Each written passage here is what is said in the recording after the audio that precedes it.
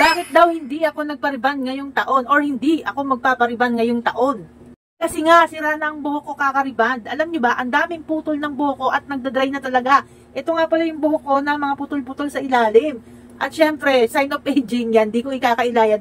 Marami nga akong puting buhok dito, pero hindi ko yan papakulayan or hindi ko yan papariban. Ganyan na siya, hayaan ko na siyang ganito. Opo, gantong-ganto. May na-discover ako dito sa TikTok na pwede ko palang gamitin or ilagay sa aking buhok.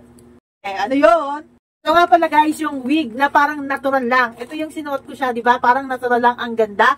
Tapos bumili uli ako ng isang wig. Pero ito naman ay kiniklip lang. Ganyan, tingnan nyo pag sinukat ko to.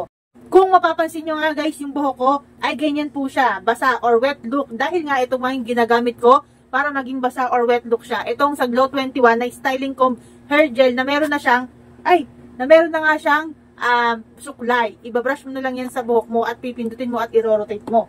So, ayan, natuluan yung wig natin. At ito nga pala yung wig. Ito, yan yung wig natin ha. Ayan yung gagamitin natin ngayon. So, ayan guys, mag-iipit tayo ng hair. Iipit natin siya ng pataas. Tapos, i-clip na lang natin to para maganda ang kalalabasan ng ating buhok. Ganyan siya, pag wala siyang wig.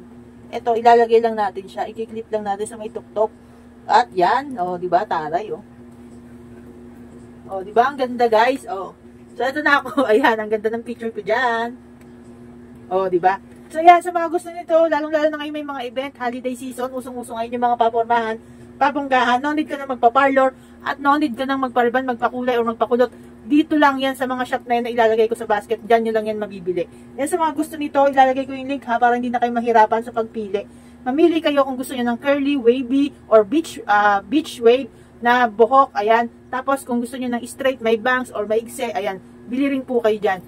Ayan, ang ganda, diba? So, ayan, mag-checkout lang po kayo. Tapos, ganito, i-checkout nyo din tong ganito. Kasi nakakatulong yan mag-plait ng hair natin. So, ayan, guys. Sige, yun lang. Bye!